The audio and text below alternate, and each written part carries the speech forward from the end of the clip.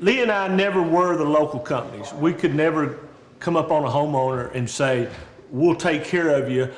Watch out for the storm chasers, okay? Even the storm chasers would hide behind a local company's name and say, watch out for the storm chasers. So what I taught Lee to do was knock on the door and tell everybody the truth. We're the storm chasers. We're the best in the world.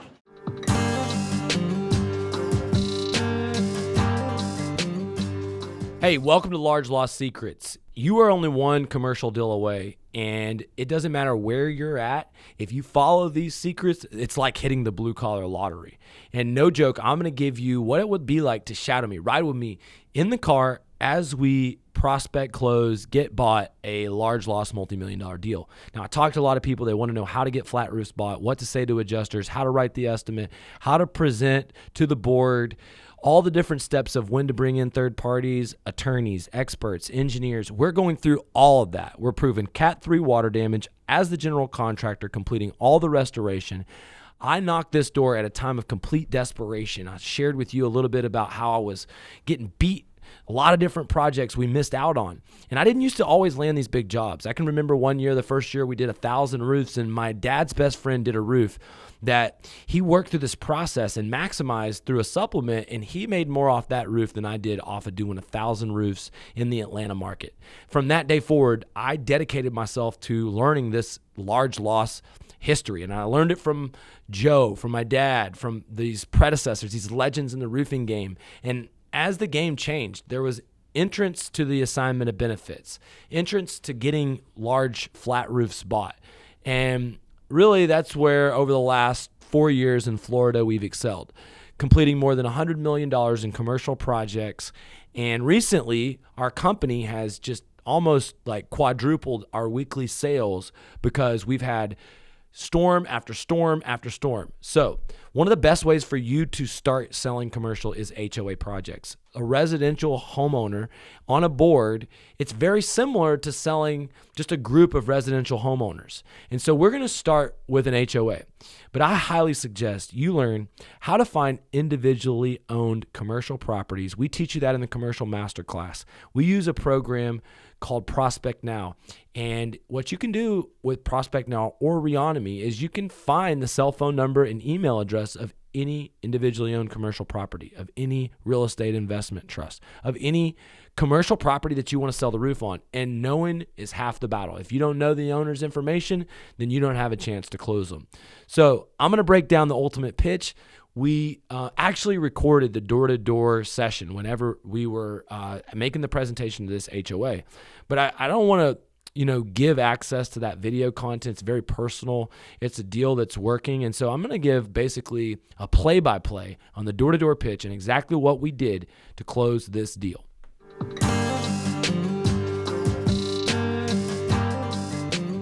Okay, the first step, guys, you got to get your foot in the door. All's fair in love and war and getting your foot in the door. When I walked into this property, I got lucky. The lady was on the phone with an insurance company, so I sat down and I made myself at home.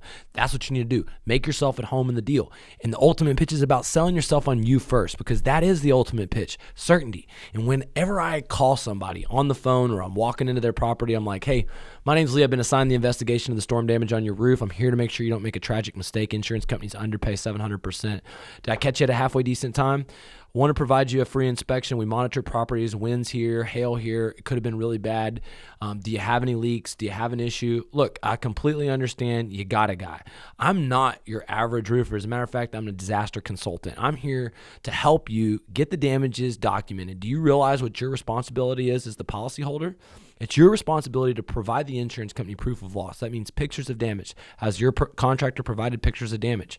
Has your contractor broke it down in a line item scope? It's very important the insurance companies see it this way or you'll never get paid. So I want you to know one thing. I'm here right now. I can offer you a free inspection. I want to make sure you don't make a mistake. If you have a guy, you can use my inspection to use your guy and get more value out of him. You have certainty, you have force, and you push yourself as the investigator, and you poke holes in the opponent. Next, body language. This is a large loss situation. If a hurricane happens and there's a hailstorm or a windstorm or some sort of a immediate thing where everybody wants to go for the business, there's going to be deals where multiple people are prospecting, and it's literally the certainty and cockiness that you walk out of the car with. You literally have to snap your fingers, tell yourself, if I'm going to be enthusiastic, I'm going to be enthusiastic. Then you need to just kind of jump on the job site at the HOA, and a lot of times I'll get the drone out, I'll fly the drone up in the air, I'll talk to the person, I say, I'm here for the roof investigation, where's the board president, or do you know where any board members are, what place are they at? I'll go to where the mailbox is, and the mailbox is very, very it's very, very crucial, because not only do people congregate there, but all the notes about the HOA, the president, sometimes their phone numbers, email addresses are all on public display at the mailbox. And so you can call them on the phone. You can look them up in your Prospect Now account and find out what their unit number is. You can talk to somebody there about where the board president or other board members live. And then you take your pitch to the doorstep. And when you do that, then you compress time. And with an HOA, if you get a board president who is an influencer, who has influence over multiple people like we did at this property, see, we got in touch with someone who was in charge. Their roof was leaking. They'd been let down by other contractors. Through thorough prospecting, we found a great candidate. And so what we had to do with our body language is show them that if they did not take action, that mold would take over on their property, that their responsibility as a policyholder weeks after the storm not addressing these issues would cost them money. The insurance companies wouldn't pay for replacement of the job. And the consequences of not doing our emergency services, that's really what made them jump into action. And you have to be enthusiastic with how you explain consequence, and you have to be certain. And so the execution of this pitch is about practice, practice in the mirror, practice on the phone in your pitch, and practice with your sales reps and with your people before you get into that situation.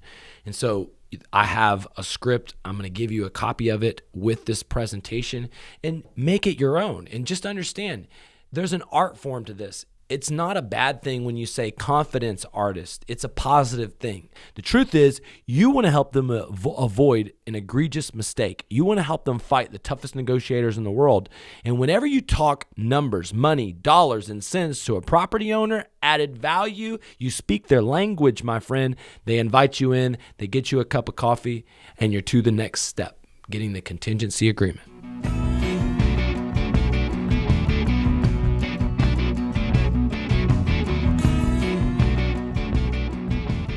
All right, guys, we got to make an agreement with the customer. And with this particular deal, I was able to secure an agreement within 1 hour of door knock. Now, this is almost unprecedented because we compressed time.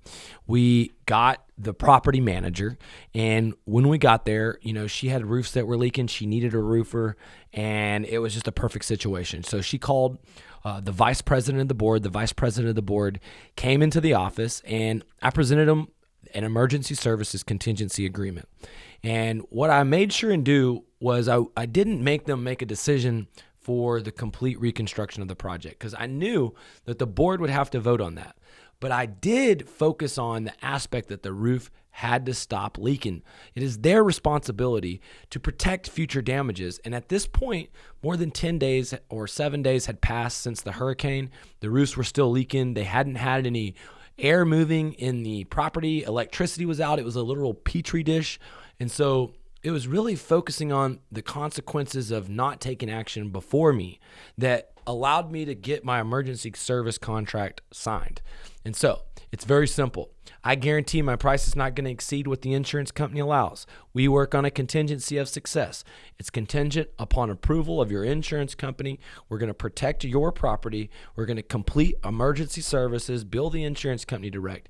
Here's my contingency agreement. It gives me permission to get an agreed price approval with your insurance company. Here's my direction to pay. This allows me to bill the insurance company direct. It's a two-step close, and one agreement protects you completely. One agreement protects me completely. This one says you get a new roof, completely built back, protected, emergency services guaranteed, no mold. This one here says I get billed directly to the insurance company. My name goes on the check. Sign here and here. It's very simple. And I'm going to put up a copy of my contingency agreement right now. And I want you to know one thing. There's a lot of different people out there that say contingency agreements are illegal. And as long as it says all the things that are on my agreement, that you have permission to get an agreed price, that I hereby grant the contract contingent upon approval. And we follow a simple mandate where the 10% is not to be billed more than the hourly services that we are rendered, the cancellation fee. I've never had a problem with this agreement. I would, let this stand up to anybody else because I believe it's the best way to segue. This guarantees that I'm going to complete the work for what the insurance company allows. It says all work per scope and loss that's approved is on the contract, and my price is not going to exceed what they pay. You will be responsible for your deductible, and that's it. And that is the simplest pitch. And it's the same as residential. And I talked during my 5 steps of the blue collar close. I'm asking questions. I'm like, so what's your relationship with other roofers? They had their roofs replaced, but the roof still leaked. I noticed, I started asking them, I'm like, where are you at in this process? They hadn't heard from their insurance adjuster. He hadn't come out there yet. It's always great to, the insurance company's not their good neighbor. And on these multi-million-dollar deals, it's even worse. So the fact that I was able to get out there, get aggressive before the adjuster, it set the deal up because we ended up having a favorable adjuster appointment and a first offer of over 7 figures on the deal. So I had the vice president. I had the property manager. What did I do then? You have to have a quorum with the board on an HOA to get a deal, and I had them call the president. She phoned in the other board members. It was about the urgency. Guys, look, this is an emergency services deal. You're going to have mold. If you don't address this, there's more storms in the ocean. You're going to have leaks. This is a big project. If we don't get started now, the next time there's storms, you're not going to be protected. People are going to have to move out. There's going to be huge assessments. You do not want this to happen. So you need to get everybody on the phone here so that you can address this correctly, so that you can move towards a solution, so that you don't have a Cat 5 disaster on your hands. And it's with this certainty and me going through this contingency agreement. And I guarantee this is not going to cost any more than what the insurance company allows. You're going to be responsible for your deductible. Here, that right there protects you. This is the direction to pay. This protects me. And in the state of Florida, there's a lot of rules with the AOB. And so there's ways that you can protect yourself using a direction to pay, maybe bringing in a third party after you've gotten all settlement as far as estimates that are, as much as you can. And you bring in an attorney after you try and be reasonable with the insurance company. So in making this presentation, you have to make sure that you build certainty in your competency and the ability to handle the file, to meet the adjuster. You prepare your file the way Peyton Manning prepares for a football game. That means you prepare a file with stacks of paper this high. That's hail and wind history reports. That's photo documentation. That's line item breakdowns. And when I'm sitting there at their kitchen table, a lot of times I do a lot of preliminary prep work with my estimate, with my photos, with my breakdown. And when I show up with a very thorough preliminary presentation, they realize the due diligence I put into these files, and they retain me as the contractor. And so what I want you to know is that it's best that you take a big project like this with a board in 2 steps. And that's what we did. Instead of having 11 people vote on us, we said this is an emergency service contract that you need to act on now. They had 3 or 4 board members approve that we get started, and they signed my contract within an hour because of my ability to elevate the sense of urgency. So it's not a complicated deal here. It's about hitting the numbers until you get lucky. And that's the whole point of my system. You can be the greatest salesman in the world, but whenever you encounter a deal like Bahama Bay, now this situation becomes a little, like all your hard work and prospecting led to someone who really needed your help. And that's really where we get into the next step, which is completing the offer, which is preparing the documentation for the insurance company, which is actually getting the roofs and payment for these processes without acting like a public adjuster, without breaking any laws, following full compliance of the state wherever you're at. We're going to cover that in the next section, and we're going to show you how on this roof, we're going to be doing our first ride along all on this roof, looking at the fact there really wasn't a ton of shingle or flat roof system that was missing or lifted, but there was water coming in all the properties. I'm going to show you how we got a flat roof without missing sections of the flat roof approved in the next section called completing the offer. Okay. Like literally it says that cosmetic damages are not covered. Now, bro, I mean, to me, this is damage. Well, you know, it cosmetic, but this is functional damage. The granules was a functional part of this roof system. It's actually there for UV protection. It's protecting now you tell the that asphalt. to that adjuster. Now, I'm getting a little nervous about us doing this repair. I understand, but this unaddressed in 2 to 3 years is actually going to start cracking and breaking just like your roadways. Well, This asphalt, that's not the biggest problem over here with this roof. Okay. The biggest problem is actually we've got a ton of moisture. You see these bubbles over here in the yes, roof? ton of it. All right, so there's actually been over here. This is probably one of the most damaged roofs here.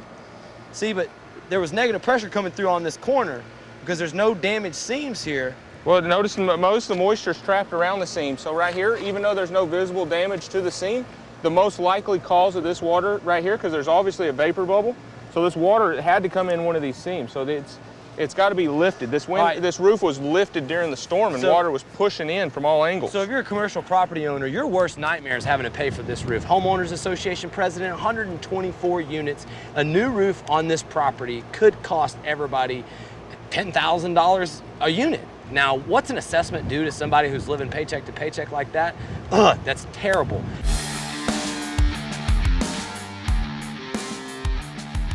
Hey, just because you get a contingency agreement and emergency services contract doesn't mean that you have a restoration deal. It doesn't mean you've been voted to be retained as the contractor. It just means you have the opportunity to get started. And you can be fired at any moment. In a lot of different states where the AOB rules aren't so crazy as Florida, I recommend the AOB. Now, what we're going to do here, though, even if we didn't close the deal, we believe in the completed offer. And the completed offer with commercial is even more important. And a lot of it comes down to the photographs. And so with this property, you know, the biggest thing is that we have on staff a licensed public adjuster, but he's not working as a public adjuster. He doesn't charge any fees, and it's completely legal for him to review a policy and, you know, literally to make sure that we don't make any huge mistakes in the way that we do the dry-in. And what we did was we realized this policy actually had marring exclusions, which means like cosmetic damage to this flat roof was not covered.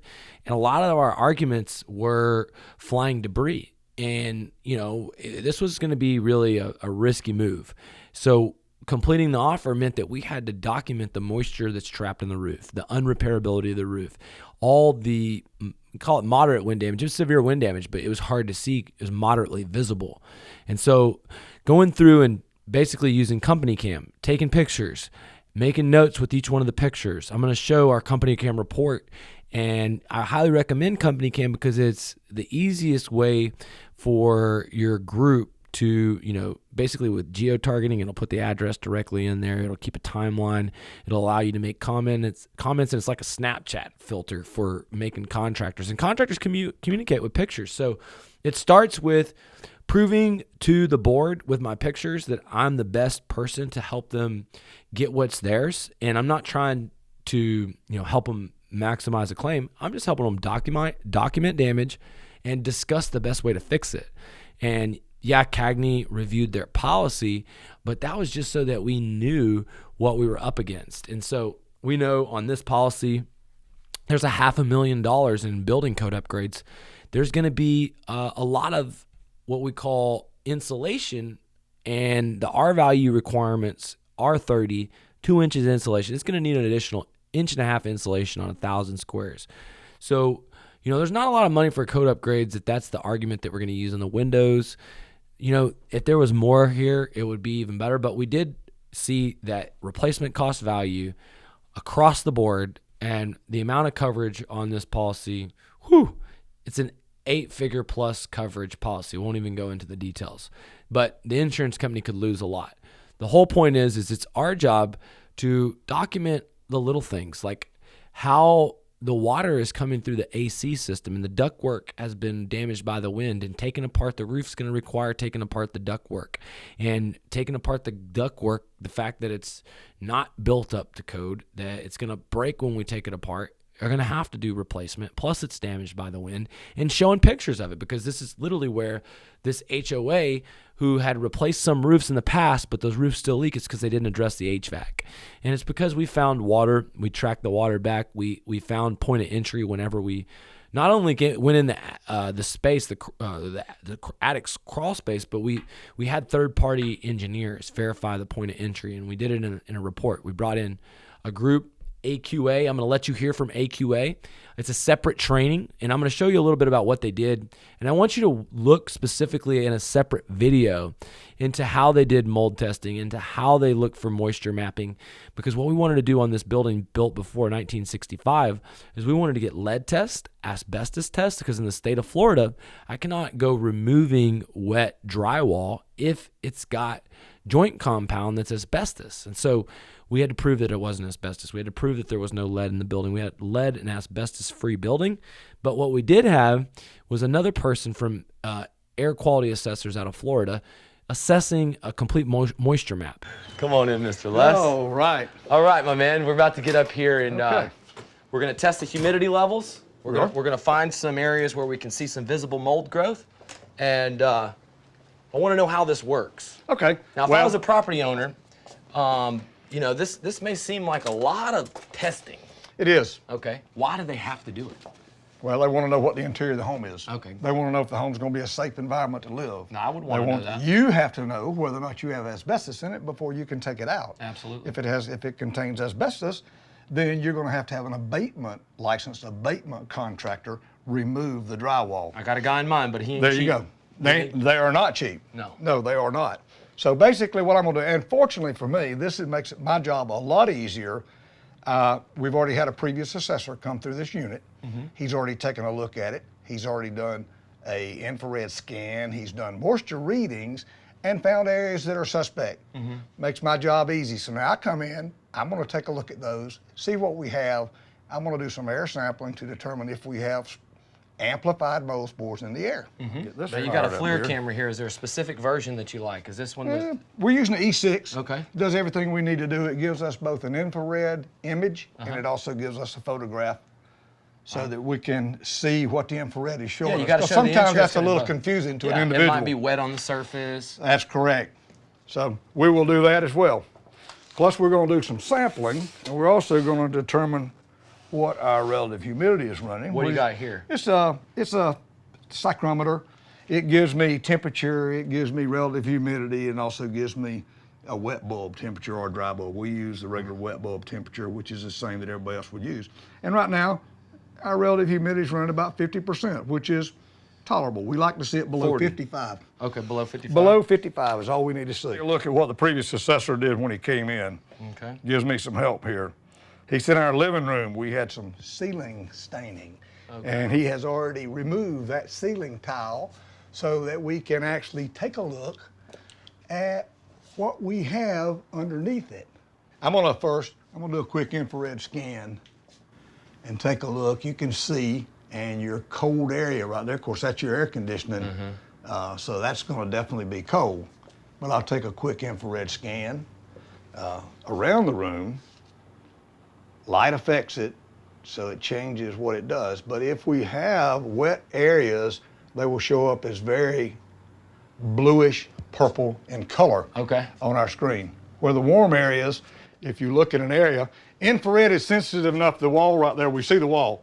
Right. I don't see anything unusual about that. It looks fairly good. Is there a certain temperature you look for? Not necessarily, I just look for the differential. Okay. So I laid my hand on the wall, and now infrared is so sensitive that where I laid my hand, it picks that image up. So it gives us those subtle changes that could indicate moisture. And I don't see any moisture here. Okay. But I do know that we are going to... We've been running the dehumidifier in here, and we've been running the fans. Yeah, and like I say, we're running about 50%, which is fairly tolerable. And we record all this information that will go in your report so that you will also see what we saw.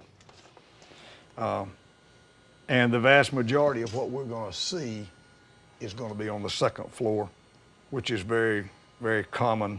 You got your roof above the second floor, you got your second floor above the first. So we know we got some roof sheathings in bad shape. We got ceiling tiles and roof staining in both the master bedroom and in the hallway of the second floor. Let's go take a peek. So here we are with Travis completing the moisture map from AQA, and it's about going room by room and finding where this moisture exists. We're looking for mold, but we're really looking for how wet the material is. We got to figure out a game plan for drying this place out, and you can't do it without a map. Now this map is going to be used to turn over to the insurance company so they can see through a third party exactly what has to be done. This proves what you need to do when it comes to spending more money. Now, Travis, we're looking at some wet building material up there. How bad is it? So this is showing some suspect moisture in the roof sheathing, as well as this visible staining and suspect growth. Okay. We use this to identify any kind of suspect moisture, and then we check that with the moisture meters. Now you can't tell an age on that moisture, or can you? No, there's no way. If you're looking at water damage, there's no way to determine how long that's been there. Okay, so here's the deal. We have coverage for water intrusions on this property. This was from the storm, and now we have some growth. Now that white stuff that's growing up there, now is that mold? What is that? Without testing it, of doing a direct surface swab, there's no way to tell what it is. Okay. And so that's why we do our air sampling and our swab sampling for microbial growth, send that to a lab, and they send back the results. So on a unit by unit basis, we had some wet units, we had some dry units. The people that have completely nothing wrong, no leaks or anything, if there's issues like this, can this spread into their units? Say that one more Can time. the mold and spores spread into the other units that aren't? Wet mold and dry mold can aerosolize to other rooms, to other empty spaces, wall cavities, absolutely. As well as homeowners' building material, homeowners' property, clothing, any soft goods or hard surfaces. So what we're gonna have to do right now is we're gonna document this, but this damage to the sheathing is enough reason that we have to replace the roof. And what we have to do is we have to get this mold tested to see how we're going to remediate this. And it was very important to show how wet it was, because that's how much the roof failed. That's how much the wind damaged it. It all shows a report. And this was a $20,000 out-of-pocket expense that I paid out of my pocket. But the fact that I did that, and I was retained as the emergency contractor, and I immediately started the drying, which we're going to talk about in the next section, it helped me basically look like Peyton Manning preparing for a football game. And that's what you want to be. Along with being a great salesperson and having a great sales pitch, you got to be a great deliverer of the service and deliver the perfect customer experience. Perfect customer experience is you show them, not tell them, how you're going to protect their most important investment, help them avoid what they care about most in an HOA, which is unexpected roof expense, more expense than the deductible, unfortunate assessments. And you'll see whenever I make the presentation to the board, I guarantee a simple guarantee that they won't pay any more than what the insurance company allows, and that their price will only be their deductible.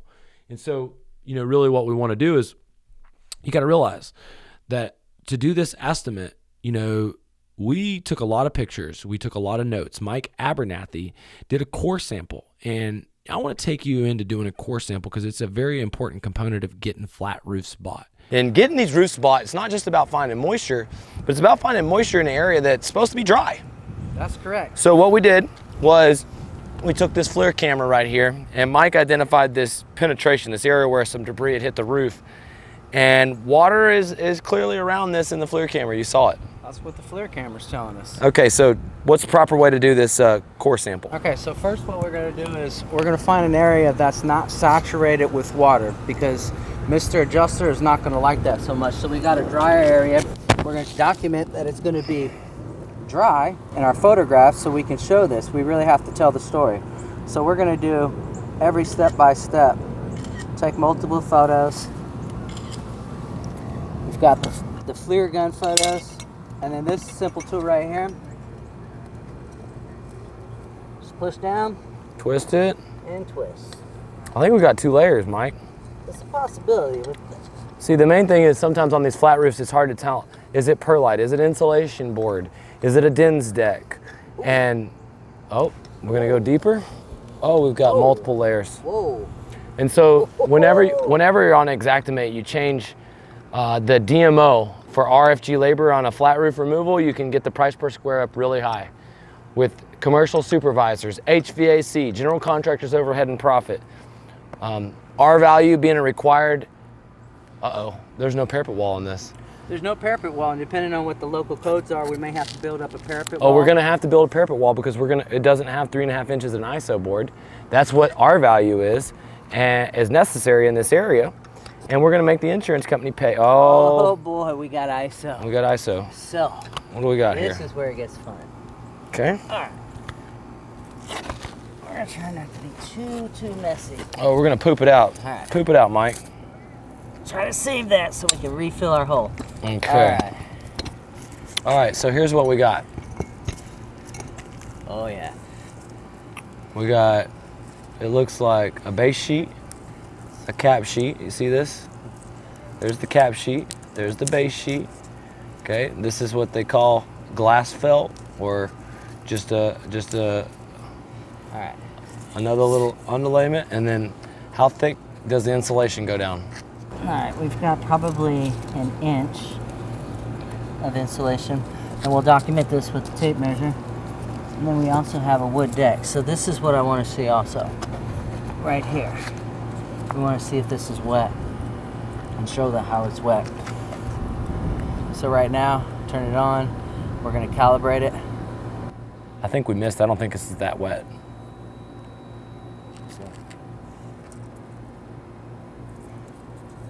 Looks dry. All right.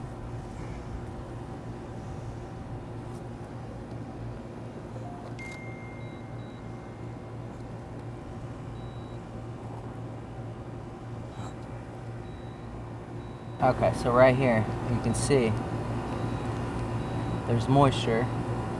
Shows a risk of moisture right there. Let's get this. See right here? This was a little bit on top.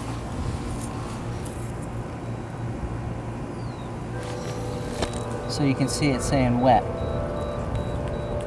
See that right there? It's wet. So now we're going to document this. And it still doesn't matter. When we rip off this wet part, we're going to damage this ISO board. But let's see what the decking says.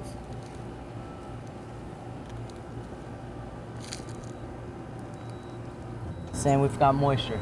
We've got moisture, it's wet. And you can also tell on the inside, underneath. And where the OSB meets, it's typically where you find the most. All right, let's take some photos of that. No, but the reason why we did that was so that we could find wet plywood, so that we could find moisture underneath that modified and built up roof, find out what components are in the roof. Since the roof is the most expensive thing, getting the estimate for the roof is important. And what we did is we have that estimate ready, but we want to be specific. We want to be strategic with how we expose our hand, with how we tell people how much our roof estimates for. We got the property owner on board. They want the best quality roof. They want what's theirs. They want full coverage. And so what we've done is we've given them a price on the emergency services. We billed them for the emergency service. But at this time, all we've done is completed a scope of work, a line item scope, along with pictures, along with documents. And one of the things that I believe is important is that if you send a commercial business owner case studies, along with pictures, along with a breakdown of scope, and you write him a paragraph, even if you had a great meeting, he shakes your hand, promises you the deal, you must always follow up what you say in words with what you say in writing, because that's how you're going to communicate with the insurance company, and that's how they trust that you are a legal mind and that you have the ability to use, detailed written communication to prove your point. And so if you start that process in the beginning with the completed offer, you speed up your ability to get paid from the insurance company. You get more money from the insurance company. You build credibility with the adjuster. You build credibility with the property owner, and you use it as one of your ways to close the deal, which is what we're going to talk about after I talk to you about how we actually perform the emergency services, what we did here, We actually, at this point, and we're going to be showing you on the job, the damages, how we got it bought. But we also want to talk about means for stopping the roof leaking. There's shrink wrap, there's TPO, there's all different ways that you can stop a roof from leaking temp repairs with foam and coating even. And so I'm going to show you what we did in the next section, where we talk about emergency services, water remediation, of which I'm somewhat a rookie of, and yet as a roofer, a contractor, I realized that I could perform the services myself, and I can show you how to do the same thing on other projects too. So watch the emergency service section. It's going to go over dry-in, Cat 3 water damage, and that is the emergency services portion in the next bit of training.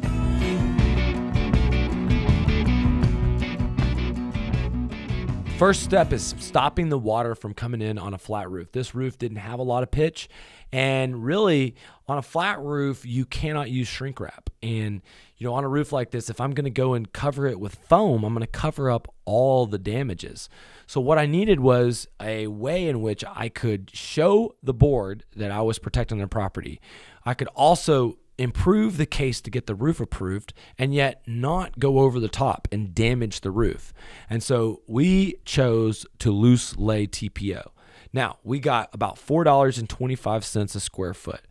This method, if you look at all these concrete blocks here, cost a lot in extra labor hours and extra time and material for these concrete blocks. But my material cost for the TPO is quite cheap. And at a $4.25 square foot on 1,000 squares, we've got a great project that actually has been through multiple hurricanes. We had a few leaks, we've touched them up, but now the thing's completely watertight. We had a big storm come through Zeta, had a bunch of rain bands, didn't do any type of interior damages. We're completely watertight. So what do? We got our crew over there. We immediately begin to fasten the TPO around the edges so we're not to penetrate the roof. And ironically, that's about building good faith with the adjuster, because we took a lot of pictures. We did core samples on all the roofs. We showed moisture in the plywood from the top and from the bottom for each building. And so whenever we did all these things, when we covered up the envelope, it's like, hey, we have what's underneath the Petri dish here. Okay, you can see it in the company cam report. And when the adjuster showed up, this was the key, not just to getting the roof bought, but to getting the dollar amount per square. Because by the time the adjuster showed up, we had about 70% of the roofs dried in. And so, what we were looking for at this point was maximizing the Cat 3 water damage. And so we had already had AQA out there, mold remediation tests were back. We had Cat 3 water damage. They recommended at least a dehumidifier, fans in each one of these units.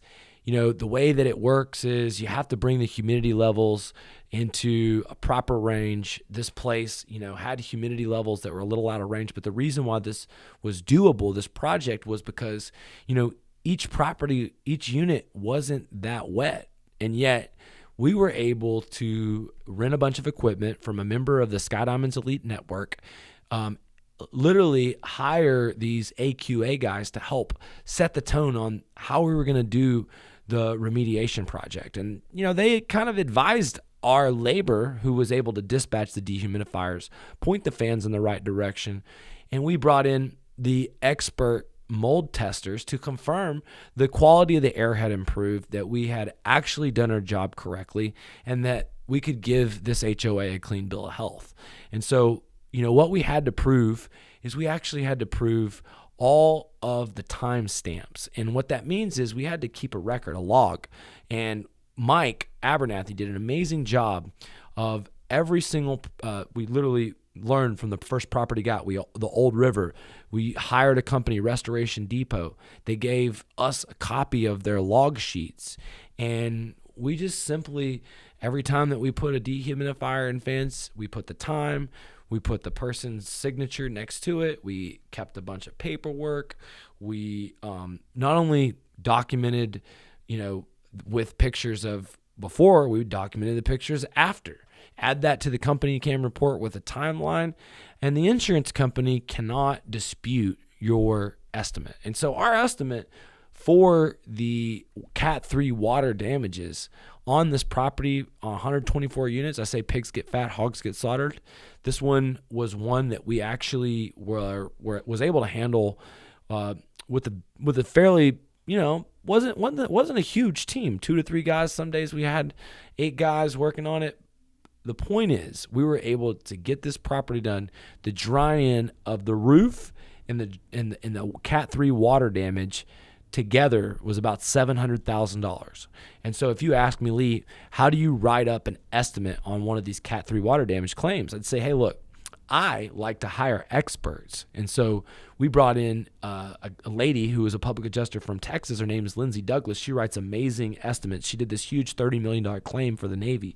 And she had, awesome macros for Cat 3 water remediation.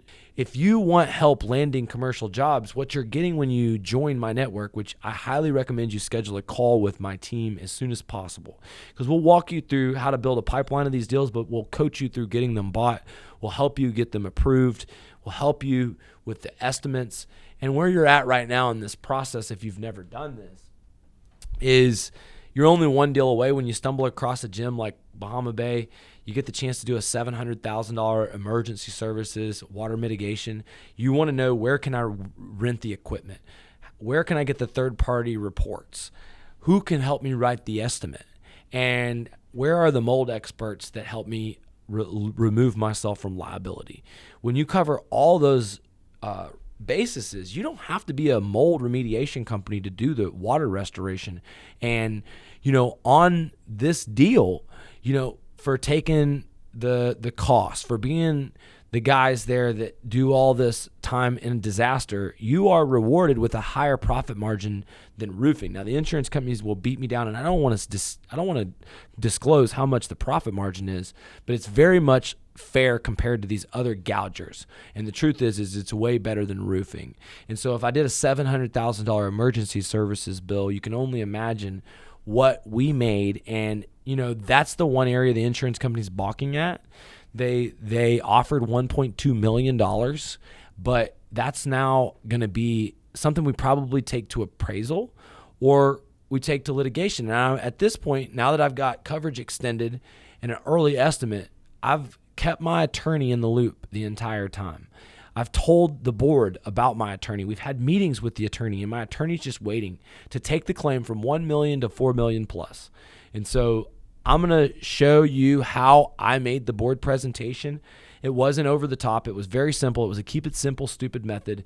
I'll teach you a little bit in the next section how to prepare the presentation. You can watch me close the deal. And so one of the coolest things about my Elite Network is I actually get to work with my clients on large loss deals.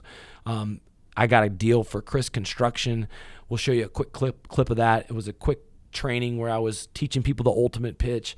You get to see it in action in front of a group of about 10 to 14 people. If you hadn't seen this video, I'm going to include it real quick. Michael. Hey, Michael, how you doing? My name is Lee Haight, and I'm calling in regards to your property at 60 Road. Did I catch you at a halfway decent time? What can I help you with? Well, we monitor commercial properties in the area. We had a claim next door, and there was a storm July 1st that could have damaged your roof. And I didn't know if you're aware, a lot of times commercial property owners are unaware of the damage.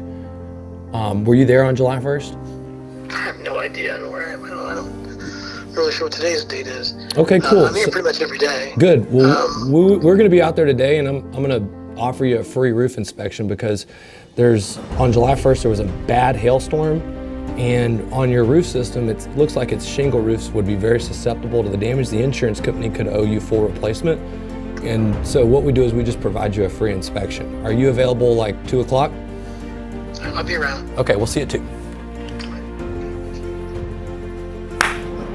Got it. That ain't even on y'all's list. What's that one called? Fuck y'all list. Hey, everybody knows in commercial real estate negotiations, whoever's got the leverage has the power in the deal. And so what we're on is a roof right now, and if I want to show you something to the right, this is what roofers leverage. This area is a pre-existing area where it's leaked. So this guy came in here, he did a repair, he did a replacement of the shingles, and obviously he knows that his original roof may be bad in other areas. Now, I call and tell him that he has storm damage, that he may qualify for a roof replacement, and I know that his roof has got pre-existing problems. That's what you call leverage. So now all I have to do is document the damage correctly. See, he's not gonna believe that we can get it approved. He's gonna think it's too good to be true. So once I can show him the damage and make it real, that's when we can make it a deal. And it's relevant because sometimes finding one of these easy deals is just an easy close. And you just have to sometimes see it to believe it. And by seeing it, by spending time with me, what we're going to do is we're going to make you a confidence artist in this, and you're going to manifest this. And when you get your time to step up and hit a home run, you're going to have already practiced it. You're going to have already manifested it in your mind, and you're going to do exactly what I did. Now, I was nervous going into this board presentation. We didn't know if we had the deal. We didn't know if they were going to hire us. We know that there was 11 people on the board, that they had always fought over every decision, that we were about to have to ask them, can we bring a camera crew in here? And we didn't just bring in a regular camera crew. We had a big boom mic. We had a sound guy. We had a video guy. We had 5 different people in there. We literally came in, and it added to our ability to build certainty. I was like, who are these guys? What is this confidence? And then during the presentation, the board got into it. And I will show you that complete presentation in the next section of the training.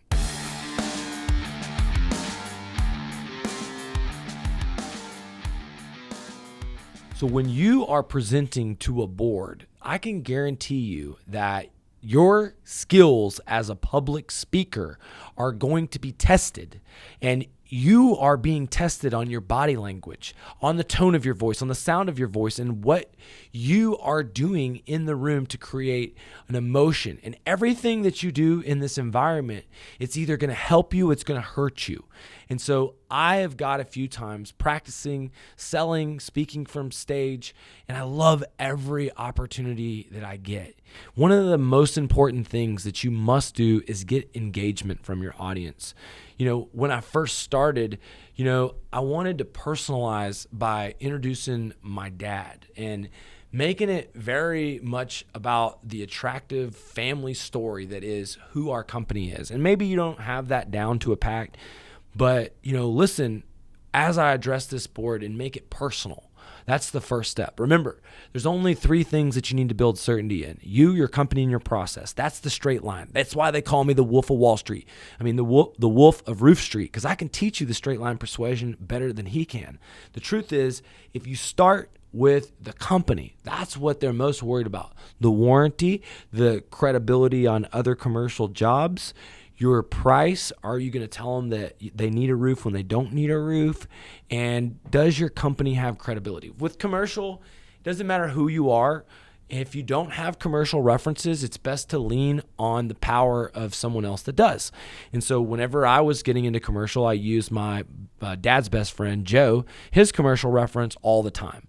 And it wasn't my job, but it was a story. Joe actually built this property one year, and then 2 years later it got hit with hell and we built it again. And God rest his soul, great guy. If you're friends with Natalie Janicek, it was her dad. He taught me, look, it only takes one, and sometimes that deal can have 2 actual hailstorms.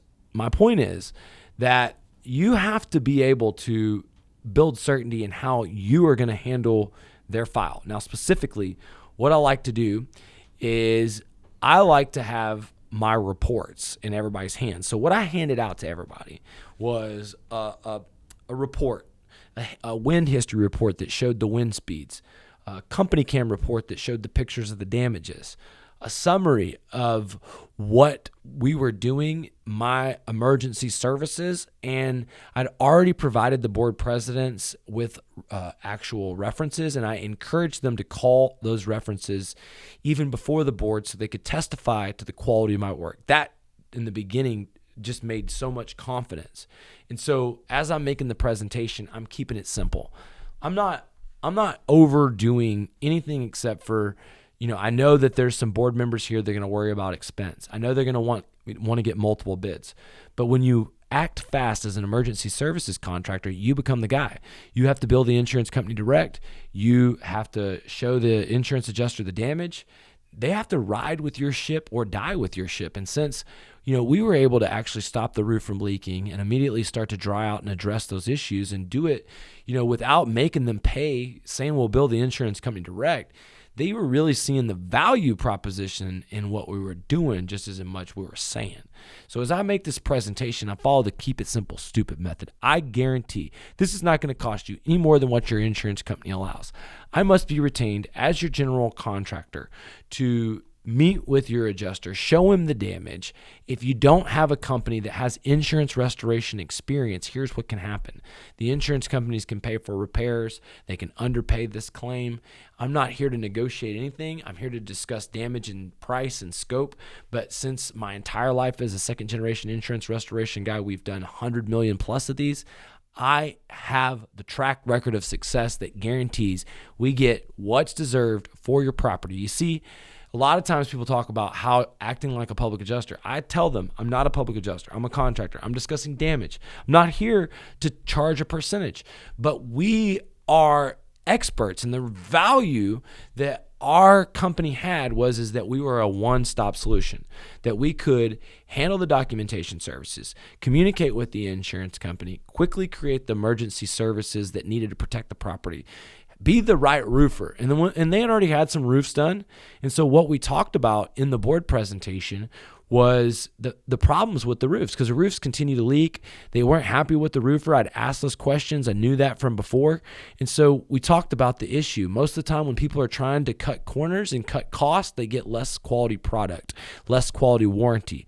And I made sure and tell them that this is what happened in this case, because they cut corners when it came to adding pitch. They didn't quite meet the eighth per 12 inches that it needs to have the proper slope. And there's water ponding. There's also unaddressed issues around air conditioners that really should have been addressed with replacing all the ductwork with the roof. And I addressed these issues, and it showed that I'm a roofing professional along with being this insurance restoration guy. And so, being a real expert's important, and documenting if you're not the expert is important as well. When it comes to this roof system, we did a core sample. It's a modified bitumen cap sheet, but it's got a built-up roof, and it's got 2 inches of insulation, and it's got a wood deck. So we want to tear the roof off down to the deck. We want to go back with a 3.5-inch insulation. That may mean that we actually have to add to the parapet, add a parapet wall to this roof system so that it can meet building code. But you got to make sure that you understand all the arguments, because there was only $500,000 in code upgrades for this policy. So even though that's a potential, I'm going to leave that argument off the table, and I'm going to know when pigs get fat and hogs get slaughtered. So I'm just breaking down this presentation. The main thing I want to say is find creative pursuit angles. That are ways in which you add massive value. The way I added massive value is I covered the whole roof. I did the emergency services without billing them cash out of pocket. I provided them an estimate and scope of repairs. And I had experts like air quality experts, mold remediation experts out there on site instantly. They knew whatever I was doing was working. So, the point is that when you show them the case studies, when they check the case studies out, look, if you schedule a call with me, I'll teach you how to close these deals. You can use my case studies. It's all a part of the network. You'll become one of the brothers here in the elite group. We'd love to talk with you. There's a link. You can schedule the call. But really the whole point of this training is for me to help you learn that you're only like 5 commercial deals away from blue collar lottery, blue collar millions. And if all you do is focus on that and you follow my system, a year of coaching, I will coach you to do that and guarantee your success. So all you got to do is schedule a call with me, and I'll coach you through trophy hunting. I'll be your trophy roof hunting guide for the year. And I got a ton of great case studies and references. And so the point is, guys, you want to address the naysayers. So I could tell through body language. It's like a lawyer in cross-examination, looking at the jurors, knowing which jurors you got and which ones you don't. And, you can tell. And the guys were not buying into my presentation. So I'm getting more analytical. I'm talking more about roofing specifics. I'm talking more about case studies of projects that we did just like this. And, I'm covering all their objections like I'm reading their mind. And so I guess this is from doing it a lot of times. I guess it's from practicing speaking on stage. But look, man, I'm not telling you this because I'm here to brag. I'm telling you this so that I hope you can duplicate exactly what we've done. Say, hey, look, we guarantee this is not going to cost more than what the insurance company pays. Under no circumstance are you going to have to pay more than your deductible. When I ask the right questions, remember, we got to interrupt their attention when we walked into their property. We have to investigate. You have to ask, have you got a roofer? Where are you at in the process? What's going on? I knew all these things going into it, but the investigation went further than that. I knew if their property had lead, asbestos. I knew what their policy covered. I knew that there was exclusions for some mold, exclusions for sick buildings. And so I knew that basically there's a lot of different issues with coverage that I'm not talking about coverage with them, but I'm telling them, hey, if you don't have an expert, you are going to be up. You could be up a tough creek. And when you make legitimate arguments, then you don't really have to, like, people buy with emotion, but you close them with logic. You get them all excited about buying from you, but you let them win when you give them the facts that win the case. So addressing the naysayers, I could tell some people need the numbers, analytics. I knew that there was a numbers accountant, the treasurer, and I'm talking about reiterating, your out-of-pocket expense will not exceed your deductible. Do you have enough money in the reserves to cover your deductible? Great. You will get millions in value for hundreds of thousands of dollars. Does that sound great? Is everybody okay? Do y'all like that? I was getting engagement. Yes, yes, yes. I had them saying yes and agreeing, and the whole different time there was engagement. I was, addressing not just speaking to one side of the room, speaking to everybody in the room, trying to look at that person. I'm not going to say be prejudiced or judge, but you can look at what somebody's wearing. And before I got to that board, I already knew 4 board members were on my side. So you know what? Instead of me thinking I got to get 11 people out of 0, you know what I was thinking? I got to get 2. It's the way you win an election, baby. I had 2 swing states. That's all I had to do to win. And I'm just looking at them. Who are they? And I knew who they were.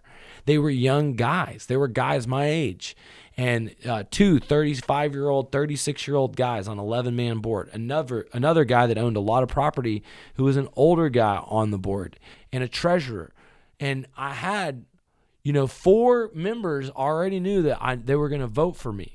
And all I had to do was address those people's concerns. So I found where they were at. I shook their hands before the board meeting. I had conversations with them. I was following up with the property manager, and one of them, he basically came in and said, I want the estimates from the previous roofer. His dad, I'd found out, had negotiated. So I knew he cared about the roofing project and the thing his dad did, so I wanted to address that. And whenever I addressed the naysayers, I created pursuit angles to add value with things that were already there. I mean, the fact that marring exclusions, damage that could be repair versus replacement, things that needed to be done anyways, all these things in a simplified, keep it simple, stupid, I guarantee it's not going to cost more than what the insurance company pays.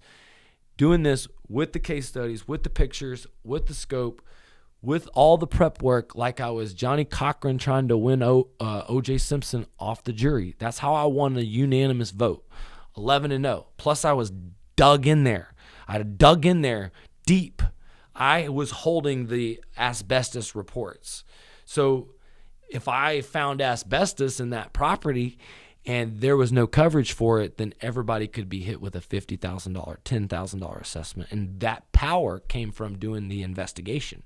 But leverage in commercial deals is important. In this commercial deal, that's what led to an 11-0 decision. You can watch the video, get the play-by-play. Look, thanks for watching, but now we had to do the adjuster appointment just because we won. We got the deal. We got approved just like the next day. That text message, that joy that came across the team, Mike, Alex, me, the whole group. It was a big deal, okay? 11-0, the fact that we risked it all. We brought the camera crew in there. We made a big dramatic scene. I went to bed at night wondering, did my dramatic scene mess up my whole job?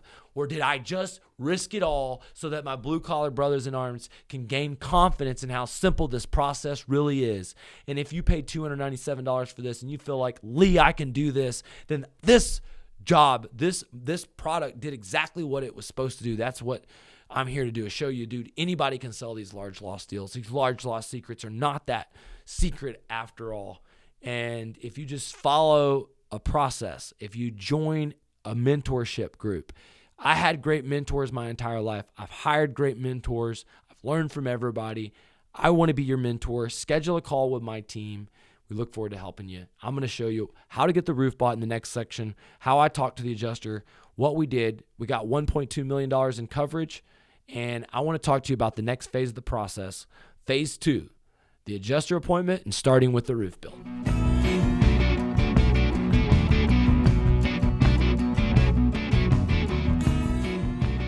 All right, so during the adjuster appointment, we talked back and forth with this adjuster. You know, the person who shows up to the appointment with the most information wins. And I'd already been on site on this property for days. And by this time, we've got half the roofs, 70% of the roofs covered up. We've got equipment in all the rooms. We, of course, as soon as we were retained as the emergency service contractor, sent an email out saying, hey, we've got to cover the roofs. The roofs are leaking. We're moving forward with this TPO overlay.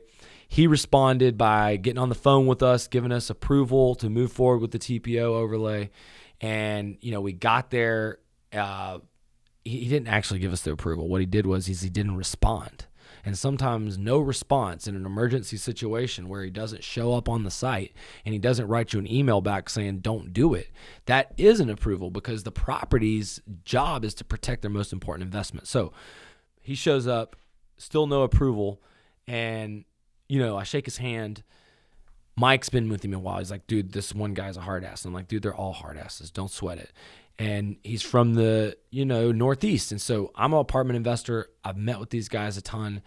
I'm talking to him about the storm, how many losses he's on, what he's doing. We're still 2 weeks after a storm, sharing some war stories, always about building rapport. There's a big section to getting a deal done that comes to not trying to fight these adjusters. One of my best friends, I trained in roofing. He became an adjuster. He loves to go hunting and fishing. He wants to see a contractor get paid. Now, he likes to sell. He's an old school wrestler. And so if he's going to do a good job for his company and help avoid unnecessary expense for the insurance company by tangling with you with some smart arguments, he's going to use what I taught him against you, and he's going to have fun with it. Now, my point is that you just have to realize that these guys can be good people too. And you got to give people a chance to be people. And that's what I did with this guy. Is I had the estimate, the company cam, all the TPO. I had the equipment, the logs, all these things that were delivered to him right up front. And he's like, dang, this dude is prepared. And not only that, there was a couple of guys that got on the roofs and they were saying that the roofs weren't that bad. But what I was very clear about was the edges of the roofs that got lifted, this gutter section of the roof. And this gutter section of the roof, it pulled up and creased and lifted about, 20 to 40% of every single roof. And by admitting that damage needed to be done, he was admitting that the roofs needed to be replaced. And I got him to agree that was caused by wind, undisputed, that wasn't marring. And since there was a marring exclusion, it mattered. And so I'm not talking about policy, I'm talking about damage here, but it was all through building a good rapport. And it was the first thing we went through when we went through the conversation. So he gives us permission to finish the TPO project. And he essentially is approving the roof replacements from the get-go. But he's arguing with me about the price on the remediation. And, I'm just simply sharing with him the report. And I didn't have, at the time that he was there, the Cat 3 water damage report. But whenever I showed him a report I paid $20,000 for, and it had engineers from the state of Florida stamped. Here's the deal. He's either going to pay what I asked him to, or he's going to pay what I asked him to after my attorney makes him pay what I asked him to.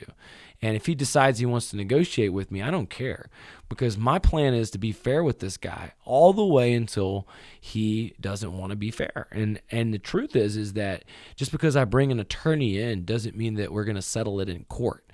And a lot of times you have to be making written demands to this money, to these emergency funds. And we've been making basically demands for the emergency services money from this contractor twice a week for the last 3 weeks. And today we have confirmed that our first check's on the way for $536,000. We'll be picking up the deductible for over $300,000, and that will be a down payment of $800,000. It'll cover our emergency services. We'll have to argue over the rest of the remediation, but the truth is it's $1.2 million in coverage extended. But my attorney's going to come in, and we've collected bids for the AC, so the ACs need to be replaced. We've collected bids. They're Pella windows. The windows are damaged. Matching, because it's residential and everybody's going to have loss of value through loss of sight, matching applies. We're going to have all new windows and doors in the complete property. We've got stucco damage, paint damage, interior build back from all the Cat 3 water damage. And so we're going to go back and forth with the roof price, with the window price, with the HVAC price, with the stucco. And one thing that this guy knows is that he's in it with a professional, because we have all the reports, we have all the documentation, we have the third-party experts. He knows I have 500 files in litigation. So I go out, I collect 2 different bids for HVAC that both say that wind damaged this stuff. I go out there, I collect, bids from 2 different window companies that show, that we have 2 different options.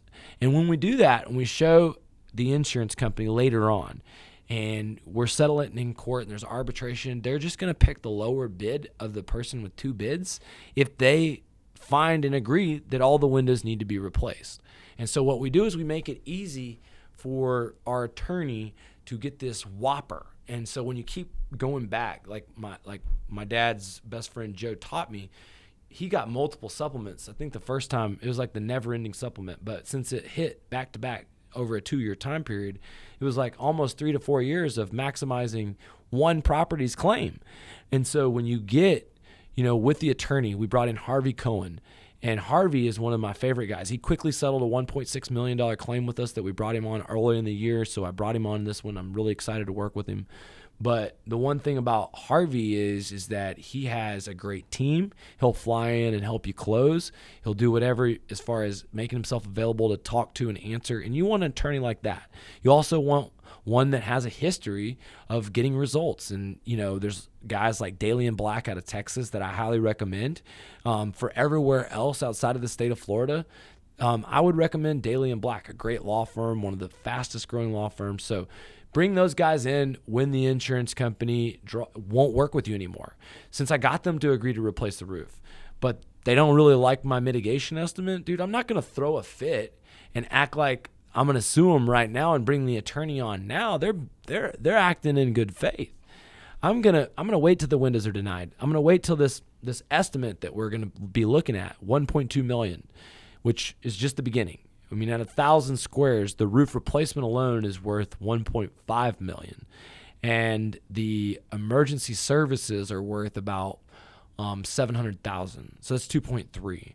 The windows, they're probably worth 2 to 3.5 million, and then the stucco, the doors, the paint, we're talking another $2 to $3 million. ACs, I think he's got 2 quotes for $1.5 million a piece. And as a general contractor, the build back work, interior, maybe it's $3,500 per unit times 125, about $500,000. As the GC, as you can see, even though they only offered $1.2 million, this is 8 figures in policy coverage. This is only getting started, baby. And large loss secrets for your view and pleasure. This will be continued. I'm going to continue to update you to this process. I'm going to let you know about this deal and other deals. And inside of this training, I want you to know that you can be a part of our network of roofing professionals. You can use my references. You can use my public adjusters, my attorneys, my third-party experts, and get my counsel. We also can help you create the leads through our lead generation Facebook ad and YouTube campaigns. And all you have to do is schedule a call. Me, someone from my team will get on the call with you. We'll walk you through what it looks like to get coached by us for a period of 12 months. It's called the Sky Diamonds Elite. It comes with 2 days live in training. Basically, I go through everything in my system. How to not just close commercial deals, but build a company, a great company that closes deals even while you sleep. All right. I'm also going to give you weekly coaching, weekly training, like live interactive training where you can talk to me. You get access. You get all my videos. You get access to all of our live events. And we also help you set up our sales funnels, our marketing, and recruiting. And as a roofing company, there's been nobody else that has delivered results. Just the stuff that we've taught people in commercial, we've helped one client, one guy, add 9 figures in business just with some of the stuff that we've taught here in this training. But more importantly, across the board, there's just really nobody in roofing or in contracting that's getting results for themselves or for their clients like this movement. 9 figures in both places. You can't dispute those facts. I'm showing you one of these multi-million-dollar projects, and it cost me $30,000 to film all this stuff, and I risked losing the project and gave you access for $297, plus gave you bonus features. Consume that content, learn the marketing system. I want you to know all of it, but sometimes you need that extra push, you need accountability, you want access. That coaching and surrounding myself around the best people is what transformed my ability to sell. I used to be a regular door-to-door residential roofing salesman. I didn't always used to close monster deals.